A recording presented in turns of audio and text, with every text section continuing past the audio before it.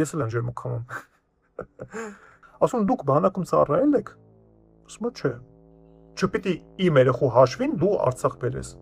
Քո երեխան է նստի այնտեղ։ Դու ազատ ես, տղուտ է, թորանտ է, դու ընդհանրապես բանակ ես, չգիտես ինչա։ Ես ծառայել եմ, ես մադաղիսում եմ ծառայել։ Ես գիտեմ այդ ամեն ինչը ինչա։ Ամեն ինչ ժողովուրդ դեմ եմ այդ ամեն ինչին, էլի, ինչ ինտենսիվիտես պետք է ադրբեջանցի պաշտպանեմ կամ թուրք պաշտպանեմ, հարցը դա չի, հարցն է մի քիչ էս ռեալ եմ ամեն ինչին նայում, էլի։ Հին տարերում թագավորը ինքն առաջին իր ձիով մտե կռիվ։ Նոր այդ զորք հետևից գնաց է, ոչ թե իր զորքին ղրկել է կոտորվել, ինքն է նստել է տես բան արել։ Մոսկվաներում կայֆավատ եղել կամ չգիտեմ ինչ արել։ Դու կարող խելացի տղա ես, խելացի ազնվորություն ես, բայց ազնիվ չես։ Վազգեն Սարգսյանը կարողացավ դա անել։ Ուժեղ տղեկ հարեցին։ Այ ուժեղ տղեկ իրանք են, ոչ թե այն տղեկն է, որի մի ասում են ինչ որ մենք ուժեղ տղեկ ենք, ուժեղ Հայաստան ենք ուզում։ Դուք ուժեղ Հայաստան ոնց կարող ուզեք, եթե ձեր տերը Պուտինն է կոպիտ ասած։ Ալյումի ասած տեղ հիմա։ Իսկ ռուսական ուժերի կողմնակիցներին չեն ուզում, այսինքն տաքսիստների պես Ղարաբաղ են ուզում հետ բերեն, բայց տենց իրանք տղեկ իրանք թորները բանակ չծառայելով։ Հողը հետ են բերում կամ արունով կամ փողով։ Փող ունես կամ ծախող կար հասարակ քեզի այդ հողը, այդ է հարց։ Եթե չէ, պետք է արունով բերես։ Ես պատրաստ չեմ 10,000 էլի հայ երեխա ուղարկեմ, որպեսզի գնան մահանան իրանք։ Ես չեմ ուզում։ Եթե դուք ուզում եք, դա արդեն ձեր խնդիրն է, բայց շատ վատ բան է, որ տես բան եք ուզում։ Որտեղ դուք գիտեք, որ ռեալ չի, հիմա Ղարաբաղը հետ բերել։ Okay, ռեալ չի։ Բարև ձեզ ժողովուրդ։ Ձեզ հետ կրկին Գուրգեն Նևանյան։ Մի անգամից ուզում իմ շնորհակալությունը հայտնեմ ձեզ։ Իրոքից անսպասելի մեծ աջակցություն ձեզանից ստացա վերջին տեսանյութում, որտեղ որ ես ռուսերեն եմ խոսում, նարիշկինի հետ կապված այդ տեսանյութում։ Անկեղծ լի եմ դրական հույզերով ու անչափ շնորհակալ եմ ձեզ։ Իհարկե կային մարդիկ, ովքեր բացասական մեկնաբանություններ էին գրում, բայց դրանք հիմնական Ռուսաստանից էին ու տենց շատ քիչ տենց քանակություններ էլի եւ 1% մարդերներ թե չլներ։ Հիմնականում այնտեղ մոտ 200-300 տենց դրական մեկնաբանություն ես կարդացել եմ արդեն ու սրտեր եմ շարել դրանց տակ։ Ամեն դեպքում շատ շնորհակալություն ձեզ։ Հիմա եկեք անցնենք մեր այսօրվա եթերի թեմաներին եւ մի քիչ նոր ձևաչափ եմ մտածել։ Ես օրվա կարևոր տես թեմաները հավաքել եմ իրար գլուխ եւ կկարդամ ինչի մասին ինչա տեղի ունեցել եւ իմ մեկնաբանությունը կտամ։ Տեսեք, ուրեմն ինչա տեղի ունեցել։ Բոլորս գիտենք, որ Ռուսաստանը արգելել է հայկական ծաղիկների մուտքը դեպի իր երկիր։ Ու սանկցիաներ է իր արևին անում մեր վրա։ Դրա ֆոնին մեկ այլ գնորդ է հայտնվել իր ողերեմ թշնամի Ուկրաինան։ Զավեշտենս նրանում է, որ իր ողերեմ թշնամի Ուկրաինան մեր հիմնական ծաղիկների գնորդն է դարել։ Տեսեք ուրեմն, հիմի կարդամ ինչի մասին էստեղ խոսքը գնում, ասեմ, որ դիմացս մոնիտորը դիմացս է, հիմա ես կկարդամ համակարգչից ինչը որ ես գրել եմ ու կմեկնաբանեմ։ Վերջում պարտադիր էլի մի հատ կգրեք հարմար ձևաչափա, թե չէ, թե ավելի շատ ուժ ձևաչափ եք փնտրում, որը որ ավելի հարմար կլիներ ձեզ։ Տեսեք, Ռուսաստանի կողմից հայկական ծաղիկների ներմուծման արգելքի ֆոնին Հայաստանը սկսել է ակտիվորեն դիվերսիֆիկացնել իր արտահանման շուկաները, վերահաղորդելով մատակարարումները դեպի Եվրոպա եւ այլ երկրներ։ Սա շատ կարևոր բան է, քանի որ մեր երկրի ղեկավարությունը գտնվավ շատ ճկուն ու հասցրեց դիվերսիֆիկացնել։ Տեսեք, երբ որ մի պետություն է գնում մեր ամբողջ արտադրանքը, այսինքն, չգիտեմ, այնտեղ կլինի ծիրան, կլինի պլաստմասա, կլինի, չգիտեմ, բանջարեղեն միրգ եւ այլն, դա մեծ վտանգ է իրենց ներկայացնում, հատկապես Ռուսաստանի դեպքում։ Օրինակ նայեք, եթե մենք ամբողջությամբ դա վաճառեինք Մոզամբիկին, կոպիտ ասած, մենք այդպիսի խնդիրներ չենք ունենա, որովհետեւ Մոզամբիկը ինչ պետք է քաղաքական ճնշումների վրա կատարի, ինչ որ տես բան չկա, չէ, քաղաքական ճնշման ինչ որ պատրվակ չկա։ Իսկ օրինակ Ռուսաստանի դեպքում ինչու է վտանգավոր, Ռուսաստանը այս տարածաշրջանում մեծ աշխարհակաղակական հայացքներ ունի, շահ ունի, դրա համար մի քիչ վտանգավոր է։ Ու նախարարին ինչու պետք է մենք մի երկրի վաճառենք, որը որ թշնամական է մեր հանդեպ տրամադրված։ ես առհասարակ դեմ չեմ Ռուսաստանի հետ առևտուր անելուն, ուղղակի պետք է դա լինի հավասար պայմաններում, այլ ոչ թե ինչ-որ տենց տեր ու ծառը պայմաններում, էլի տենց էս չանես չեմ գնի, էս անես կգնեմ։ Դա մի քիչ քարե դարը չէ՞ լեն, ուրակի դարը անցել է արդեն, շուտվանց անցել է։ Հիմա 2026 թվականն է, շուտով 2027 ենք դառնում։ Սա իգիտություն Ռուսաստանի։ Լավ, անցնենք մյուս բանին։ Հա, ծաղիկների հետ կապված։ Հիմա տեսեք մի րոպե։ 5500 ծաղիկներից բաղկացած առաջին խմբականակն ուղարկվել է Լատվիա։ Արդեն նայեք, Լատվիայել ենք ուղարկում։ Արդեն բացի Ուկրաինան, Լատվիայել ենք ուղարկում։ Իսկ Նիդերլանդների արտաքին գործերի նախարար Թոմ Բրենսոնը հունիսի 7-ին հայտարարել է, որ միջազգային ամենամեծ ծաղկի շուկան բացում իր դռները հայ արտադրողների համար, ապահովելով ուղիղ կապ Եվրոպայի եւ դրա սահմաններից դուրս գտնվող գնորդների հետ եւ նշելով Եվրոպական միության կողմից Հայաստանին տրամադրվող օգնության փաթեթի աջակցությունը, որի մասին ի դեպս հունիսի 4-ին հայտարարել էր Եվրոպական հանձնաժողովի նախագահ Ուրսուլա ֆոն դեր Լայենը։ Եթե կհիշեք, հեռախոսազրույց տեղի ունեցավ Ուրսուլա ֆոն դեր Լայենի եւ Նիկոլ Փաշինյանի միջեւ, որի արդյունքում Նիկոլ Փաշինյանը ասաց, որ Ռուսաստանը պատժամիջոցներ է կիրառում Հայաստանի հանդեպ, ու Ուրսուլա ֆոն դեր Լայենը իր աջակցությունը տվեց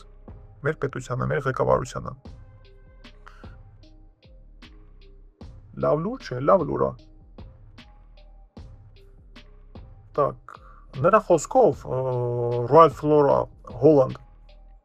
այսինքն Ուրսուլա ֆոն դեր Լայենի մասն է խոսքը գնում։ Նրա խոսքով Royal Flora Holland-ը նույնպես բացում իր շուկան հայկական ծաղիկների համար եւ նպաստում արտահանման ուղիների զարգացմանը։ Միաժամանակ կան հաղորդագրություններ, որ հայկական ծաղիկների մեկ այլ խմբականակ արդեն ժամանել է Ուկրաինա, ու սրա մասին արդեն խոսացի ես, սա պարզ է, ուղղակի ստե մի քիչ նյուանս կա, սա կհասկանաք ինչի մասին է։ Մեկ բեռնատարը 9500 ծաղիկ է առաքել, իսկ նմանատիպ ծավալի երկրորդ խմբականակը սպասվում է առաջիկա օրերին։ Եթե կհիշեք, ես Reg-News-ում մոտ երևի տենց մի ընտրությունների ժամանակ էր, էլի պլյուս-մինուս, ամսի 7-ի 6-ի կոմերն է, չեմ հիշում։ Այս լուրը հայտնեցի, ուղղակի ոչ օֆիցիալ էր այդ ժամանակ ինքը, հիմա արդեն ինքը օֆիցիալ բնույթ է կրում։ Այսինքն, արդեն կարելի է հստակ ասել, որ Ուկրաինան ամենամեծ գնորդն է համարվում։ Լատվիան Հոլանդիան էլ է հիմա գնում, ուղղակի Հոլանդիան ավելի շատ երևի սիմվոլիկ բնույթ է կրում, քանի որ Հոլանդիան իր սեփական ունի, գիտեք էլի հոլանդական վարդը դա աշխարհում ամենաառաջինն է։ Դա ավելի շատ սիմվոլիկ բնույթ է կրում։ Լատվիան բնականաբար նույնպես կարող է փոխարինել, մասամբ փոխարինել այդ ռուսական գնորդներին, իսկ Ուկրաինան դա մեծ շուկա է, պատերազմից հետո 1.35 միլիոնից ավել բնակչություն կա։ Այն ժամանակ ավելի շատ էր, բայց նույնպես 35 միլիոն բնակչություն դա բավական մեծ շուկա է։ Ավելին, ըստ Կիևում շարունակում ենք մեր նյութը։ Ավելին, ըստ Կիևում բնակվող քաղաքական վերլուծաբան Մարատ Ակոպյանի, ներմուծողը հայ ձեռնարկատեր է եւ առաջին խմբականակը գրեթե ամբողջությամբ վաճառվել է։ Սոցիալական ցանցերում շրջանառվում են ծաղկի խանութների սեփականատերերի կողմից իրենց արտադրանքը ցուցադրելու եւ վաճառքի մեկնարկը հայտարարելու տեսանյութեր եւ ընդհանուր առմամբ հայկական ծաղիկներն արդեն ակտիվորեն ներկայացված են ուկրաինական շուկայում։ Տեսեք, Մարատ Հակոբյանին ես գիտեմ, իր հետ զրուցել եմ դաժե մի անգամ Facebook-ով, վիդեոյի հետ կապված մեկ խնդիր կար։ Իր սա տարածած տեղեկատվությունն է, Ուկրաինում բնակվող մեր հայրենակիցն է։ Ասեմ, որ շատ ողջունելի է, 9500 ծաղիկ դա մեծ քանակություն է, հաշվի տակ առնելով, որ շուկան նոր է, հաշվի տակ առնելով, որ այնտեղ նոր են մարդիկ գնում, նոր են վերաբացվում հայկական խանութները, այնտեղ պետք է խանութ լինի, չէ՞, որպեսզի վաճառեն։ Ինչքան է արդեն գործող խանութների վաճառեն եղած ծաղիկը չի բավականացնի, հասկանում եք, դա եղածը չի բավականացնի։ Դրա համար սա շատ կարևոր լուր է ու շատ հաճելի, ամենակարևորներից մեկը, որ շատ հաճելի է մեր ազգի համար։ Так։ Սա ծաղիկների հետ կապված։ Հիմա անցնենք ջերմուկին։ Ուրեմն բոլորս գիտենք, չէ՞, որ ջերմուկն էլ արգելված։ Ինչ-որ մեծ ռուս մարդ առել է, բացել է, խմել է, բարձվել է ինչ-որ մեջ քացախալը ցած եղել, փորը բացել են, ճղել են, բուժել են, ասես մեծ ինչ-որ հեքիաթ էին պատմում։ Պատմողները պագոներով մարդիկ են, գեներալներ, եւ Ռուսաստանում նստած այդ սանիտարական բաների գեներալ մարդիկ են, ամոթն լավ բան էլի խոսքի տես հեքիաթ պատմելը։ Ես այսքան ժամանակ ջերմուկ խմում եմ։ Սա ես էլ եմ ջերմուկ խմում։ Ես սկան ժամանակ ջերմուկ խմում եմ, ես տես բան չի եղել էլի, որ խմելուց քացախի համարն եմ։ Մի քիչ կարելի ավելի լավ բան հնարել էլի։ Ասում քացախ էլ լսել եմ ինչ։ Քացախը դա ավելի թանկ էլի вообще, որ ուզում եք իմանալ, քացախ վաճառելը ավելի ձեռնտու ինչ բան, որ ինքը գնով ավելի թանկ է։ Հա ինքը տենց արագ վաճառվող չի, բայց ավելի թանկ է ու իմաստը չեմ գտնում էլի, քացախ լսեն ուղարկեն, որ ռուս մարդ ինչ որ խմի, փորը պայթի ճղվի դնեն բուժեն։ Ախր գիտեք ինչն է խնդալում, որ պատմողները ես իրանց այդ բաներում ալիքներում նայում եմ ռուսական ալիքներում է իրանց այդ լրատվականները պագոներով մարդիկ են գեներալներ, եկա մարդիկ են, ամոթ է լավ բան է։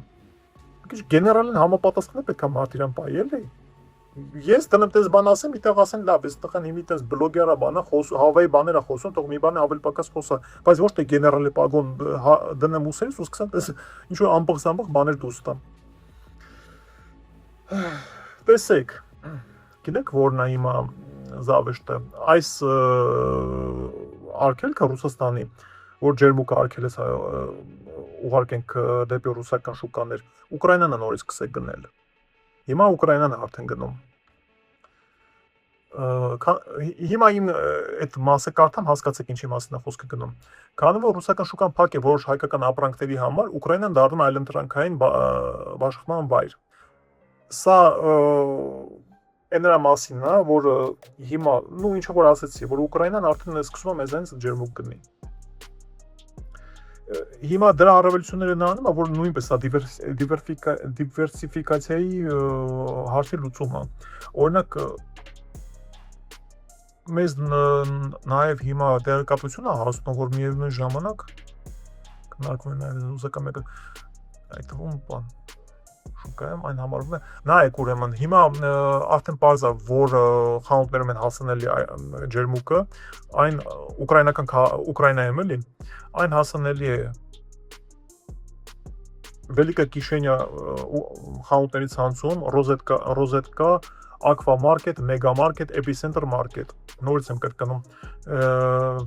Վելիկա Կիշենյա, Ռոզետկա, Aqua Market, Mega Market, Epicenter Market։ Այս խանութներում են իրենք վաճառվում եւ մեր հայրենակիցներին, ովքեր որ բնակվում են Ուկրաինայում, խորհուրդ եմ տալիս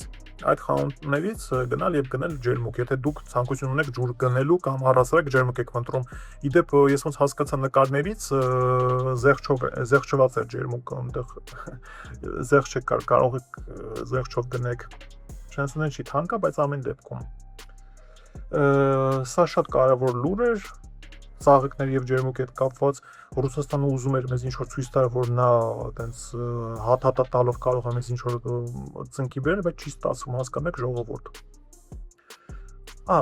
Եկեք անցնենք հիմի ռազմական թեմաներին, ջերմուկից եւ ծաղկից անցնենք, ասես կոպիտ ասած պլավնի անցնենք ռազմական թեմաներին։ Տեսեք ինչ եմ ես հայտնաբերել։ Բազում հայկական տիեզերական հետազոտությունների լաբորատորիան եւ Red Ballon Aerospace հնդկական ընկերությունը ստորագրել են համագործակցության հուշագիր մեր տիեզերական փորձարկումների, ստրատոսֆերային առաքելությունների, բեռների ինտեգրման եւ բարձր լեռնային տեխնոլոգիաների մշակման ոլորտներում։ Գործընկերությունը հիմնված է հնդկական փորձի վրա, որը վերջերս ավարտվեց Սանա առաքելությունը։ Հնդկաստանի առաջին ստրատոսֆերային թռիչքը օգտագործելով տեղական արտադրության գերճնշման ջրածնային օդապարիկ, ինչը Հնդկաստանը դարձնում է աշխարհի այն 5 երկրներից մեկը, որը տիրապետում է տեղական ստրատոսֆերային ջրածնային օդապարիկի տեխնոլոգիաներին։ Այսինքն սա շատ բարձր գիտական տեխնոլոգիաներ են, ու իդեպ իրոք է Հնդկաստանը top հնգյակում է տիեզերական գծով։ Նայեք, օրինակ ես վերջերս ասելով ոնց որ անցած տարի էր բան եղավ, ոնց որ անցած տարի էր լուսնի վրա հնդկական բան բաց թողեցին, արբանյակ բաց թողեցին, որը որ նույնիսկ փորձել էր նկարել այն նույն տարածքները, որտեղ որ Ապոլո 11-ների չէր։ Լեգենդար այդ Ապոլո 11-ը, որի էկիպաժը ամերիկյան այդ տիեզերագնացել այդտեղ ոտքի ընտրել, լուսնի վրա ոտքի ընտրել առաջին անգամ։ Ну, դա քիչ զավեշտալի պահ այդ նկարահանումը ինչա որ փորձել են թրթուրները նկարահանել, որտեղ որ թրթուրների հետքերը նկարահանել։ Բայց դա չի ստացել, քանի որ պետք է ճիշտ ասել, որ տենաս այդքան էլ էս չի դա։ Տեսեք, բազում ընդգծում է, բազում գիտեք հայկական ընկերությունն է։ Բազում ընդգծում է, որ այս համագործակցությունը մասնավոր հատվածի կարևոր ներդրումը կլինի Հայաստանի տիեզերական արդյունաբերության զարգացման գործում, եւ լաբորատորիան մնում է առաջին եւ մինչ այժմ միայն հայկական կազմակերպությունը, որը իրականացրել է նման ստրատոսֆերային թռիչքներ։ Ամեն դեպքում սա շատ նորից շատ լավ լուր է եւ աստվածտա, որպեսի Հայաստանը ավելի խորացնի իր այս համաձայնագրերը թե Հնդկաստանի հետ, թե Ամերիկայի Միացյալ Նահանգների հետ, թե Ֆրանսիայի հետ, եւ զարգանանք էլի։ Ինչքան զարգացած լինենք, այնքան լավ ենք ապրելու, ժողովուրդ։ Այդքան բան։ Կներեք, էլի մի քիչ կարող է եթերը երկար թվա։ Ամեն դեպքում ես կաշխատեմ ժամանակային բաներ դնեմ, եթե ինչ որ ձեզ հետաքրքիր չի, թերթեք էլի, որովհետեւ ինքը շատ երկար է ստացվելու։ Արդեն իսկ երկար է ստացվել։ Ես աշխատում 10-15 րոպե լինի էլի հիմնականում եթերը դրա համար։ Ահա, եկեք արդեն անցնենք մեր հայկական թեմաներին։ ՀՀ վարչապետ իդեպ այսօր ամսի 16-ին Նիկոլ Փաշինյանը հայտարարություններ տարածեց Ադրբեջանի հետ կապված, այսինքն ոչ թե միայն Ադրբեջանի, այլև Հայաստանի եւ Ադրբեջանի հետ կապված հայտարարություններ, որոնք որ հիմա ես կընթերցեմ ու կմեկնաբանեմ, նորից կմեկնաբանեմ ու մի քանի ավել բան կասեմ դրա հետ կապված։ ՀՀ վարչապետ Նիկոլ Փաշինյանը հայտարարեց, որ Հայաստանի եւ Ադրբեջանի միջև հակամարտությունն ավարտվել է եւ խաղաղության հաստատումն արդեն նոր խթան է հաղորդում տնտեսական զարգացմանը, հավելելով, որ քաղաքացիները պետք է զգան այս աճը իրենց առօրյա կյանքում։ Այդ իսկ պատճառով որոշում է կայացվել բարձրացնել կենսաթոշակները։ Հայտարարություն տեղի ունեցել 2025 թվականի պետական բյուջեի քննարկման ժամանակ, ելույթ է տեղի ունեցել ազգային ժողովում։ Նայեք, առասարակ ճիշտ է ասում Նիկոլ Փաշինյանը, որ առօրյա կյանքում պետք է սա երևա։ Նու ինչպես որ կենսաթոշակները բարձրացվեց։ Տեսեք, պատերազմական երկրներում տրամաբանությունը որտեղ է գտնվում։ Պատերազմական երկրներում չի կարող բարձրանալ կենսաթոշակները, չի կարող բարձրանալ աշխատավարձը։ Նու ինքը կարող բարձրանալ միայն այն ոլորտներում, որոնք որ կապված են պատերազմի հետ, այսինքն բժշկության ոլորտում կարող բարձրանալ, քանի որ օրինակ Իսրայելը օրինակը բերենք։ Իսրայելում ինչքան պատերազմը շատ է, ինչքան պատերազմական այդ գործողությունը շատ է տեղի ունենում, բժշկությունն էլ է զարգանում, ինչի համար, որպեսզի իր զինվորներին բուժի։ Այսինքն ինչու է Իսրայելը ամենալավ բժշկություններից մեկը ունի, որովհետև նա փորձում է մաքսիմալ իր զինծառայողների այդ վիրավորումները բուժի այնպես, որպեսզի հետագայում խնդիրներ չառաջանան։ Նու լինում է որ ոտա կտրվում, թեփ է կտրվում եւ դրա պատճառով իմպլանտներ են ստեղծվում։ Այդ իմպլանտները չի կարող, չէ, ուղղակի տեղը ստեղծվի։ Իսկ այսինքն ստեղծվում է, կարա ուղղակի դժբախտ պատահար ունենա եւ մարդու համար այդպես իմպլանտ պատրաստեն։ Ուղղակի պատերազմական ժամանակ ինքը ավելի ուրիշ բնույթ է կրում։ Այդ բնակավարները։ Բայց բժշկությունը դա եւ մենակ Իսրայելում է, որ տենց առաջընթաց է ունեցել, որովհետեւ մյուս երկրներում, օրինակ Ռուսաստանում էլ է այսքան քանի ես ինչ հիշում Ռուսաստանը պատերազմ է գնում, այս ուկրաինականի հետ չեմ առասարակ, ես ինչ հիշում եմ Ռուսաստանը միշտ պատերազմների մեջ է, բայց իր բժշկությունը զարգացած չի։ Նու մեր հայկականը ավելի զարգացած է ռուսականից, որ ուզում եք իմանաք։ Այնտեղ հա մի քանի դեղ բան են հայտնաբերել, որ մենք չենք օրինակ հայտնաբերել, բայց ամեն դեպքում զարգացած չի բժշկությունը որպես այդպեսին։ Բացի բժշկությունը, մեկ է զենքի արտադրությունը կարա բարձրանա պատերազմի ժամանակ, որը որ նույնպես զենք առնող ծախողների համար է դա պլյուս, մեկ էլ ինչը կարա բարձրանա։ Նու լավ, այսքանով էլ որ սահմանափակվենք, ասածս տրամաբանությունը իմ ասածի նրանում է, որ իրոքից պատերազմը երբ որ չկա, խաղաղություն տեղի ունենում, խաղաղությունը, ապա կենսաթոշակները բարձրանում են, աշխատավարձերը բարձրանում են։ Այսինքն դու եթե ավել փող ունես, որ պետք է տայր այս բնակավարում, այդ փողը գնա ուրիշ բնակավարի վրա։ Հիմա կարող է ձեզ թվա ինչ որ ասեք, բա Արցախի վրա չէր ծախսվում կամ Արցախի կարելի էր զենք առնել կամ չառնել, հիմա ասես մի բան ասեմ, հիմա ավելի շատ զենք է առնցվում։ Հիմա ավելի շատ զենք է առնցվում, կարգին հաղորդման պես եմ ասում, չէ, առնցվում։ Բայց նայեք պատերազմական իրավիճակի տարբերությունը որն է խաղաղից։ Խաղաղ ժամանակ դուք առնում ես, կուտակում ես։ Պատերազմական իրավիճակում այդ զենք օգտագործելուց, այդ տեխնիկան օգտագործելուց այն մաշված կարող է ավելի շուտ մաշվել իր նախատեսված ժամկետից։ Ու բացի մաշվելը կարող նույնպես տեղի ունենա, օրինակ հրթիռային հարված, հա, օրինակի համար, այս ինչ որ հոբ համակարգի վրա, որը որ այնտեղ կպայթի կամ չգիտեմ ինչ որտես վնաս կկրի եւ դրանից հետո պետքա վերանորոգել։ Դա նույնպես ծախս է։ Այսինքն եթե վերանորոգելու հարց է գնում, դա նույնպես ծախս է, երբ որ այն վերացված է կոպիտ ասած էլ պիտանման ենթակա չէ, պետքա նորը գնել։ Նորից դա ծախս է։ Դրա համար չեմ խոսում էլ արդեն այդտեղ զինվորական ծախսերի մասին, չեմ խոսում աստված չանի, որ պատերազմը տեղի ունենում հիվանդանոցներին են խփում, շենքեր են պայթեցնում, այդ շենքերը նույնպես պետք է վերակառուցել, դա նույնպես ծախս է։ Դրա համար Փաշինյանը ճիշտ է ասում, որ պատերազմը չկա, խաղաղություն կա, բնական է պետք է ամեն ինչը զարգանա։ Ուստի մի պահ կա էլի, լիքը մարդ ասում է Արցախը ուրացակ, բա հիմա ասենց լավ եք էլի ապրում Երևանում, Հայաստանում։ Չէ, ժողովուրդ չենք ուրացել։ Արցախի համար մենք շատ զողողություններ են գնացել, շատ։ Իրոքից էլի այդքան երեխա մահացավ։ Օրինակ մի հատ ասես դեպք պատմեմ էլի, երեք էր, որ տաքսիի նստեմ, մի հատ դապսու վարորդ հետ եմ խոսում, սենց ասում։ Ինչ որ բան էր, լուրեր էր պատտվում ռադիոյով, լսում էր, դες ինչ որ բան դուրս չեկավ, մի բան ասեց, կառավարության հետ կապված։ Ոնց որ թեմայից թեմա բացվավ, իմ հետ է էլի խոսում։ Ասում է, երբ ենք այս կառավարությունը ռադանելու, Ղարաբաղը հետ բերենք։ Բայց ամեն ինչ գիտեմ, այս կոմ։ Ասում լավ, օրինակի համար կառավարությունը փոխեցինք։ Ու ոնց եք պատկերացնում, ոնց եք հետ բերելու։ Ասում է կռվով, գնալու ենք լղջենք իրանց։ Լղջենք մինչև Բաքու հասնենք, իրաց լողցնենք Կասպի ծովում։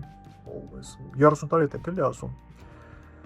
Անենչի ժողովուրդ դեմ եմ այդ ամեն ինչին, էլի ինչ ինտենսիվ պետք է ադրբեջանցի պաշտպանեմ կամ թուրք պաշտպանեմ, հարցը դա չի, հարցն է մի քիչ էս ռեալ եմ ամեն ինչին նայում էլի ու այս խելագար բաները չեմ կարողանում ընդունել։ Ասում դուք բանակում ծառայել եք։ Ասում չէ։ Ու ինքը 60 տարեկան մարդ էր մոտավորապես։ Ասում եթե կռիվ լինի կարանք է, ասում ոնց է թամ։ Ես իմ գործընթացը ոնց է թամ, համե բացի այդ ինչ որ ասես ինվալիդ հաշմանդամության ինչ որ կարգում էր։ Ասում իսկ տղա ունեք, ասում հա։ Ասում քանի տարեկան է, բա 35։ Ասում ինքը գնալու է պատերազմի։ Ասում չէ, իրանել եմ ազատ է բանակից, ինքն է, իսկ զենք բռնել չգիտի։ Ու ոչ թե թողել եմ այդ պատերազմի։ Ասում բա ով է գնալու պատերազմի դեպքում, ես եմ գնալու, դուք այսինքն գնաք կառավարություն փոխեք, ես գնամ պատերազմի ադրբեջանցիներ, քանի որ դուք եք դա ուզում։ Այսինքն եթե մենք մի բան ուզում ենք, դա պետք է միասնական լինի։ Ոչ թե մի քանի հոգի ուզի, ինքը չուզենա ներդրում կատարի այդ ամեն ինչի մեջ ու ասի դա գիտեք ինչ կա, մենք ուզում ենք թողնեն են 5 հոգով ինչ ուզում են անեն։ Առաջին Արցախյան շարժումն էլ է տենց եղել։ 25000 հոգով են դա կատարել, այնինչ չի տենց հայ ազգը տենց նա передовой տենց գնացե կռվել է։ Չի եղել տենց բան։ Իրոք իսկ 25000 ուղակի ուժեղ տղեկ գնացին ու գրավեցին Արցախը, հետ վերցեցին Արցախը։ Տենց է տեղի ունեցել։ Ես դուզն եմ ասում։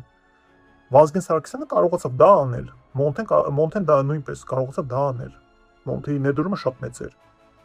Ուժեղ տղեկ հարեցին։ Այ ուժեղ տղեկ իրանք են, ոչ թե այն տղեկն է, որի մի ասում են ինչ որ մենք ուժեղ տղեկ ենք, ուժեղ Հայաստան ենք ուզում։ Դուք ուժեղ Հայաստան ոնց կարող ուզեք, եթե ձեր տերը Պուտինն է կոպիտ ասած։ Արյումի ասած տեղ հիմա։ Ուժեղ Հայաստան ենք ուզում։ Ուժեղ Հայաստանի համար պետք է դու ուժեղ էկոնոմիկա ունենաս, ոչ թե մեծ խոսաս։ Ասում եմ այդ տաքսիստին եմ էլի հարցնում, ասում թոր ունես դու, ասում հա 10 տարեկան է, ասում իրաններ ես ազատելու բանակից, ասում հա իրաններ եմ ազատելու բանակից։ Ու այս մարդը Արցախը ուզում հետ բերի։ Ես նորից եմ կրկնում, ես դեմ չեմ։ Բայց եթե բերում եք, պետք է սաղովի անեք, ոչ թե մի քանի երեխու հաշվին։ Մի քանի խեղճ ու կրակ երեխու հաշվին, գյուղերից, մարզերից, Երևանից, քաղաքներից։ Չպիտի իմ երեխու հաշվին դու Արցախ բերես։ Քո երեխան է նստի այնտեղ։ Դու ազատ ես, տղուտ է, թորանտ է, դու ընդհանրապես բանակ ես չգիտես ինչա։ Ես ծառայել եմ, ես մադաղիսում եմ ծառայել։ Ես գիտեմ այդ ամեն ինչը ինչա։ Մուբարազ Իբրագիմովն անասունը 2010 թվին իմ ընկերոջը մնացականին Գասպարյան հոկտեմբերյանցի ինքն էր սպանել։ Այն դեպքով գիշեք եմ, որ մտել էր 7-8 սպանել էր։ Ես այդ ամենը տեսել եմ, զգացել եմ։ Հայ ես պատերազմի չեմ մասնակցել։ Ռազմական գործողություններ չեմ մասնակցել, բայց ես ծառայել եմ, լիքը բան տեսել եմ, մեր ժամանակին այն չէր տենց ամեն ինչ յուղու կարակ էր կսած, ամեն ինչ լավ էր անցնում։ Ուղղակի պետքա գոնե մի քիչ լինես դրա մեջ, որ ինչ որ բան ուզես մարկանցից, էլի ոչ թե չգիտեմ, ես ուզում եմ Արցախը հետ բերեմ։ Ես էլ եմ ուզում։ Ասա բերենք։ Ձև ասա բերենք։ Տանենք 10,000 երեխա գցենք մսաղացի բերան մի սերունդ կոտորենք։ Այդ էս ուզում։ Ու առասարակ այս հարցը պետքա լուծվեր դեռ 2000, ինչ 2000 90-ականներին պետքա լուծվեր, հենց 94 թվականին Բիշկեկում, ոչ թե պետք է ինչ-որ վեկալային տենց հրադադար ստորագրեին անիմաստ, հա, որ տենց օթում ինչ-որ հրադադար էր, տենց մենք հրադադար ենք ընկում, ստեղ սարքին է տիպ տենց պառատ, մայիսին բան խփի մենք սարքին պառատ, փաստացի տիպ հաղթանակից քիչ էր, դա ուղղակի հրադադար էր, այդ ժամանակ պետք է սա կատարվեր, ոչ թե թողենք 96 թվին կանենք, 97 թվին կանենք, 98 թվին կանենք, եկավ հասավ 2020 թիվը ու տեսանք ինչ եղավ։ 94-ին էդի պետք է արվեր, ամենաուժեղ վախտերով Հայաստանի, որովհետև Հայաստանը եւ 96-ին էլ հա հələ ուժեղ էր, բայց արդեն 98-ից ինքը սկսեց թուլանալ։ Ու գիտեք, երբ սկսեց թուլանալ, երբ որ 99 թվականին Կարեն Դեմիրճյանին ու Վազգեն Սարգսյանին սպանեցին։ Այդանց հետո թուլացավ։ Ու գիտեք, իա թուլացավ, ոչ թե որ իրանց են սպանել թուլացել, իրանք ուժեղ տղեկ էին ու չէին թողի, չոնց իրենք շատ ուժեղ տղեկ են եղել։ Իմ տատին Կարեն Դեմիրճյանին ընտրեց, դաժե գնացինք այդ գրիվոյի մեր դպրոցը որ կար, ես իր հետ էի, որ 99 թիվն էր, ընտրության գնացինք։ Հա Վազգեն Սարգսյանի մահից հետո կառուցվել է Բաքու Ջեյհան, այդ Թբիլիսի բան այդ գազի բանն է կառուցվել, գազատարն է կառուցվել։ Այդ ժամանակվանից հետո Ադրբեջանը սկսեց ուժեղանալ, էկոնոմիկան իր զարգացավ։ Ինքը սկսեց գումար լիքը աշխատի, այդ գումարը սկսեց ներդնի բանակի մեջ։ Այդ ժամանակ ինքը սկսեց Հայաստանից ուժեղանալ։ Այն ժամանակ մենք արդեն 98-ին մենք հավասար էինք դառը ուժայինով, հա, բանակային տես ուժով մենք ու Ադրբեջանը հավասար ենք դառել, բայց 99-ից հետո ինքը սկսեց ուժեղանալ, որովհետև գազատարը կառուցվավ։ Դեևի գազատարի կառուցումը խանգարում էր Վազգեն Սարգսյանը, դա համար տես դաշնակցության այդ տականքը եկավ ու սպանեց այդ մարդուն։ Ես զարմանում եմ, էլի ոնց կարելի է այդ մարդու վրա կամ Կարեն Դեմիրճյանի վրա ձեռք բարձրացնել, ես զարմանում եմ, էլի։ Հետո որ դաշնակները խոսում են, որ իրենք տես հայրենիքի համար մեռած էսի մի ձեր դաշնակցականը չէ՞ որ եկավ սպանեց այդ մարդկանց արա։ Ձեր հիմի ռոպագանդայի տակ շորտ էս տաքսիստերին հայտնում ինձ ասում Ղարաբաղը պետք է բերենք, սկի բանակում չծառայ այդ մարդու ցանկությունը չունի, սկի որ ոչ է տղեն գնա պատերազմի, ոչ է թորը գնա բանակի առհասարակ։ Հետո մեծ փրթում եք մենակ։ Ազգային մարդը հետ ինքը տես տարված այդ ազգային բաներով ու այդ ռազմահայրենասիրական բաներով պետքա գնա անդամագրվի բանակին ու թեկուս ամսական ինքը վճար իրեն ստանա, ինքը իր սահմանափակ գործողությունները կատարի, պոստեր գնա պահի։ Էդ է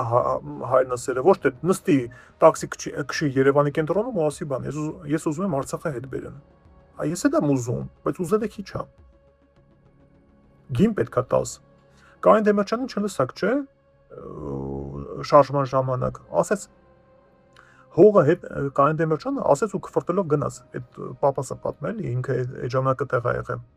օպերայում էր։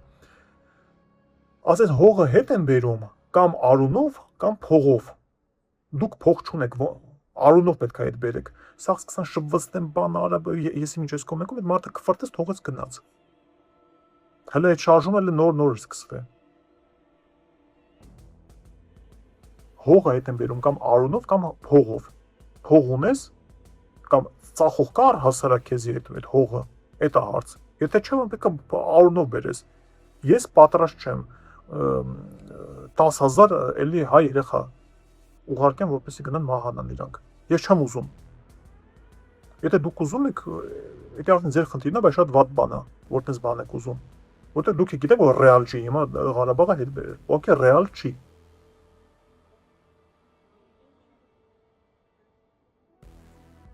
Իսկ եթե ջիջուլա ձեր մեջ ընկե որ մի 10000-ը ավել երեխա սպանենք, եթե ուրիշ արդեն հարց է։ Եթե տենց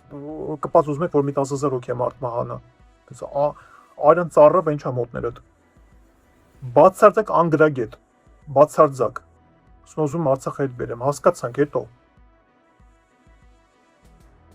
Ժամանակին էր այդ հարցը պետք լուծել, ոչ թե բերեն սարքին մի հատ թազը գենոցիդ մարդկանց գլխին սարքեն, հետո ասեն գիտեք ինչ կա հանձնեց։ Չի հանձնել, արդեն հանձնված է եղել։ 94 թվին կարայիք այդ հարցը լուծեք, 95-ին, 96-ին կարայիք այդ հարցը լուծեք, ոչ թե ամեն տարի sense ձգում, ինչն եք ձգում, ես չգիտեմ տենց է։ Ինչն եք ձգում։ Խելագարության բան է ախր, ես լավ մի խոսքով շատ խորացանք ժողովուրդ։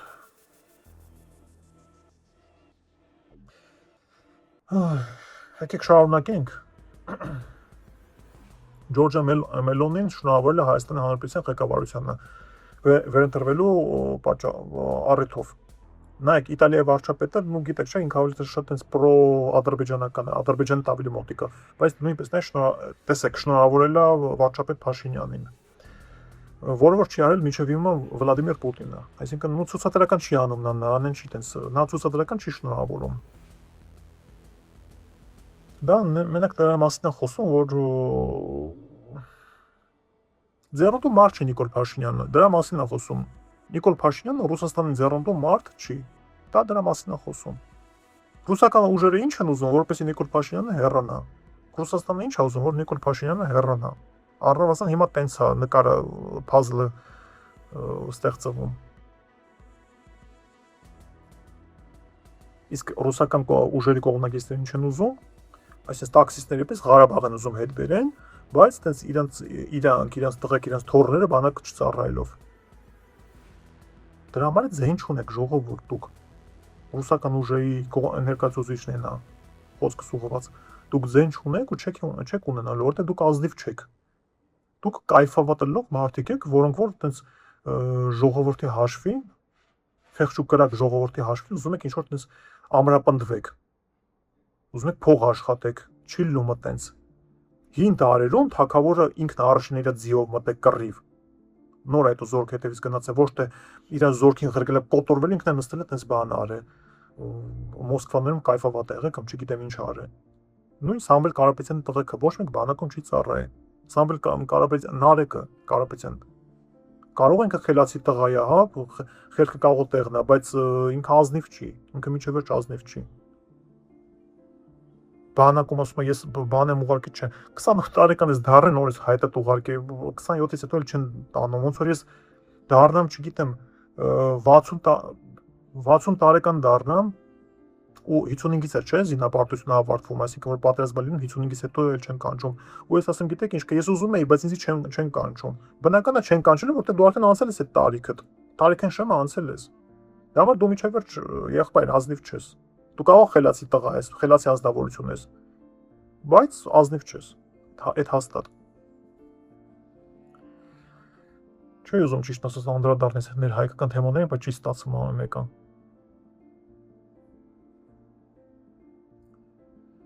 Так, տեսեք մեկի վերջում ինչի մասն է խոսքը գնում։ Հա, մեր զինված ուժերը մեկը հիմա պետք է համագործակցեն Ֆրանսիայի հետ։ Այսինքն համագործակցությունը ուղղակի հիմա ավելի խորացած պետք է տեղի ունենա։ Տեսեք, Փարիզում այս բանը տեսեք շատ կարևոր է մի հատ։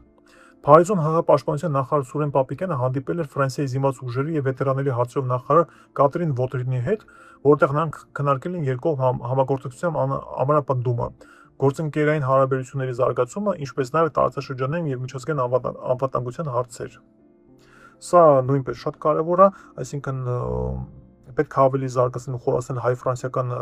փոխհարաբերությունները, հատկապես ռազմաարդյունաբերական ոլորտում, որը որ շատ կարևոր է մեզ համար։ Շատ կարևոր ու լավ լուր է սա նույնպես։ Միաժամանակ շարունակությունը։ Միաժամանակ ամրապնդվում է նաև ռազմատեխնոլոգիական ուղղությունը։ Eurostar-ի 2026 ցուցահանդեսում հայտարարվել էր ֆրանսիական Thales ընկերության եւ հայկական Butech ընկերության միջև ռազմավարական գործընկերության մասին, որը նախատեսում է պաշտպանական եւ բարձր տեխնոլոգիական նախագծերի զարգացում, նոր աշխատատեղերի ստեղծում Հայաստանում եւ հայ-ֆրանսիական համագործակցության խորացում։ Տեսեք, սա նույնպես կարևոր է, կարող թվա թե մանր-մունր բաներ է, բայց մանր-մունր բաներով ինքը puzzle-ը ձևավորվում է։ Փոխհարաբերությունը sense է լինում, միանգամից չի լինում, էլի։ Այդ ամեն ինչը շատ կարևոր sense հարցեր են։ Դե մեկ է ժողովուրդ, եկեք թեմա ավարտենք, այդպես բաներ չկա կարևոր, էլի։ Չէ, ոնց չկա, կա։ Ուրեմն Պետրոսի մոտ, Պետրոս Ղազարյանի մոտ Հայկ Կոնջուրյանը եւ Պետրոս Ղազարյանը քննարկում էին մեր սփյուռքահայերի հարցը, այսինքն երկքաղաքացիության մասին խոսք էր գնում, որ պետքա արգելեն, այսինքն ոչ թե արգելեն, խոսակցություն կա, որ պետք է արգելեն, ովքեր որ ունեն երկու քաղաքացիություն, նրանք մասնակցեն Հայաստանի ընտրություններում։ Սա եթե տեղի ունենա ճիշտ կլինի, քանի որ այնտեղ օրենքի այդ մեջ մշակված օրենքի մեջ, որը հələ որ շարունակվում նույնպես մշակվի, պահ կար, որ իրենք չեն կարող մասնակցել ընտրություններին, բայց կարող են էլի լինելով էթնիկ հայ, հա, օգտվել բոլոր այն բաներից, ինչ որ կարողանում է օգտվել ստեղ հենց քաղաքացին։ Կարծում շատ ճիշտ կլինի, որովհետև ժողովուրդը հիմա Ռուսաստանն է վաղը չգիտենք որ երկիր է կլինի։ Ու պետք չէ էլի, իրոք իսկ պետքա անկախ լինենք։ Չպիտի ինչ որ տես 300,000 հոգի մարդ կարողանա այս փոքր երկրի մարդ ուղարկի, որ ընտրություններով բան փոխի ստե։ Դա համար այս օրենքը եթե լինի, շատ լավ կլինի, կամ կարելի է, չգիտեմ, որ կես տարուց ավելի եթե ստեղ չի եղել այդ մարդուն տես բան անել, չթողել մասնակցել ընտրության, կամ Սերգեյ Դանիելյանը լավ բան ասեց, ովքեր որ ստե մի տարի հարկ չի վճարել, նա նույնպես չմասնակցի ընտրություններին, որովհետև մարդ ապրում է Ռուսաստանում, ստեղ հա գալի գնում է մի 5 օրով, մի շաբաթով Գառնի Գեղարդ անում, այս կոմենկում ու եթում էլ իր երկիրը, իր Ռուսաստանն է եթում։ Ստե Բաբաշումսկի հարկի չի վճարում։ Դա համար հարկ վճարելու դեպքում ինքը այդ վաղ պետք է կարելի մտածել էլի, բայց էլի հարցեր շատ կան։ Ամեն դեպքում ես կողմ եմ նրան, որպեսզի կամ տենց ինչ որ սահմանափակում մտցնեն, կամ առհասարակ չթողեն մասնակցեն, որ լինի մենակ կարողանան մասնակցել միայն այն մարդիկ, ովքեր ունեն մի քաղաքացիություն եւ ապրում են հենց այդտեղ ու հենց այդտեղ հարկեր է վճարում։ Ամենաճիշտ ու օպտիմալը դա կլինի, որպեսզի հետագայում sense անիմաստ խոսքությունների շարան չտեղի չունենա, անիմաստ։ Ու Ռուսաստանի պես երկիրն է չօգտվի այդ ամեն ինչից էլի, ամենակարևորը դա է։ Այնտեղ չգիտեմ, սա ռեգնիզում գրում են ռուսաֆոբ եմ, ժողովուրդ, ես ռուս մարդու հանդեպ ոչ մի բան չունեմ։ Տեսակ ռուսերեն խոսացի, առհասարակ ռուսների հանդեպ բան չունեմ, ես ինչ որ ռուս մարդու։ Չնայած բաբաշում ու իրենք է տես մեզի տես գրկախառնությամբ չեն ընդունում։ Իմ սա հարցը կրեմլի հետ է։ Ոչ թե ռուս մարդու հետ, ղեկավարության հետ է։ Ու ավարտենք թեմաները ժողովուրդ շատ լավ վերջաբանով։ Նա տեսեք արդեն տեսեք ինչ եմ բեղել։ Բնապահպանական դինամիկան լրացնում է ընդհանուր պատկերը։ Նու այս պատկերը էլի քաղաքական պատկերի, լարված պատկերը ու բանը բան։ Չնայած ինչքան է լարվածը, բայց շատ լավ լուրեր են այսօր։ Սևանա լուչի մակարդակը 2026 թվականի հունվարից մինչև հունիսի 16-ը բարձրացել է 46 սանտիմետրով, 46, դա կես մետր, համարյա կես մետր։ Հասնելով ծովի մակարդակից 1900 մետր 69 սանտիմետր, այսինքն ծովի մակարդակից բարձր 1900 մետր 69 սանտիմետր, պատկերացնում եք, այսինքն այն ժամանակ եղել է ինքը 1900 մետր 26 սանտիմետր, 23 սանտիմետր։ Մինչդեռ Արփա-Սևան թունելի ջրատարով լիճ է մղվել գրեթե 114 միլիոն խորանարդ մետր ջուր։ Գրանցվում է նաև գետային ներոսքի աճ եւ Սևանա լճից Հրազդան գետ ոռոգման համար ջրի բացթողման բացակայություն, այսինքն դա լավ է, որովհետեւ այն ժամանակ բացում էին ու քիչ եկել, ստե Երևանում եմ մի քանի անգամ տեսել եմ ես, որ գետը բարձանում էր, մի քանի անգամ ես տեսել եմ գետը բարձում է, դա ոքի բացում են, բայց չգիտեմ ինչի համար էին բացում, երևի բանի համար այդ էլեկտրական բաներ կա, չէ՞ այնտեղ ստանցիաներ կան էլեկտրական, դրանց մասին է խոսքը գնում։ Մի խոսքով ժողովուրդ լուրերը սա են, Սևանա լիճը էդի լավ որ բարձանում է, դա մեր Մարգարիտն է, Սևանա լիճը։ Խոսքա գնում, որ ის վերջին 30 տարվա մեջ այսքան չէր բարձրացինք, սա ռեկորդային քանակություն է։ Այսինքն կես մետր այդ խաղոպար չէ, եկալճի համար կես մետր է բարձրացել։ Մի քանի սանտիմետր չի, մի 2-3 սանտիմետր չի, ասես հա մի այսքան է բարձրացել, դա կես մետր, այսքան բան է կես մետր, այդքան մեծ թիվ է դա։ Այս մասշտաբի լճի համար մեծ թիվ է։ Ժողովուրդ, այս դրական լուրերի ներքո ավարտենք եթերը։ Եթե շատ երկար էր, կարելի որ շատ երկար է, կարելի ավելի կարճ խոսալ, եթե ինչ-որ մի բան ձեզ դուր չեկավ, կարող եք դա գրել։ Ինձ հետաքրքիր է ֆորմատը ձեր դուր եկավ, թե չէ որ կարդում ենք ու անցնում ենք ոնց որ վերլուծության։ Այս ֆորմատի մասին գրեք, սա շատ կարևոր է, ոչ թե ինչ-որ ձեզ բայթ եմ անում, որ կոմենտարը գրեք, այլ ուղղակի ինձ հետաքրքիր է։ Բայթի նկատի ունեմ, որ անգլերեն բան է, դրթում եմ, որ կոմենտարը գրեք, կոպիտ ասած, sense ինչ-որ բան, աֆրիստորեն դրթում եմ, որ կոմենտարը գրեք, տենց բան ենք նշանակում, բայթ չեմ անում էլ իրականում։ Հետաքրքիր է զուտ, այս ֆորմատը լավ է, թե չէ, որ իմանամ ես հետագայում ոնց ավելի լավացնեմ իմ կոնտենտը։ Ամեն դեպքում ժողովուրդը շատ շնորհակալ եմ ձեզանից նախքին նյութի հետ կապված, նարիշկինը, որ այնպես մեծ աջակցություն ցույց տվեցիք։ Ստեղ էլ հույսով եմ, որ նույնպես բարձր աջակցություն կստանամ, չնայած շատ դրական լուրեր են այսօր Հայաստանի հետ կապված, Հայաստանը զարգանում է, Հայաստանը զարգանում է տոտալ։ Մենք գնում ենք դեպի առաջ ու ամենակարևորը մեր երկնքում խաղաղություն կա։ Ջահել երեխեքը չեն մահանա ու չեն մահանում էլ։ Ամենակարևորը դա է։ Իսկ ով որ վատն է ուզում, Աստված իր հետ։ Թող Աստված իրեն մի քիչ իմաստություն տա։ Բաժանորդագրվեք, լայքեր դրեք եւ ամենայն լավն եմ ձեզ ցանկանում։ Առողջություն ու լավ դրամատուրգություն։ Stay tuned։ Լավ մնացեք։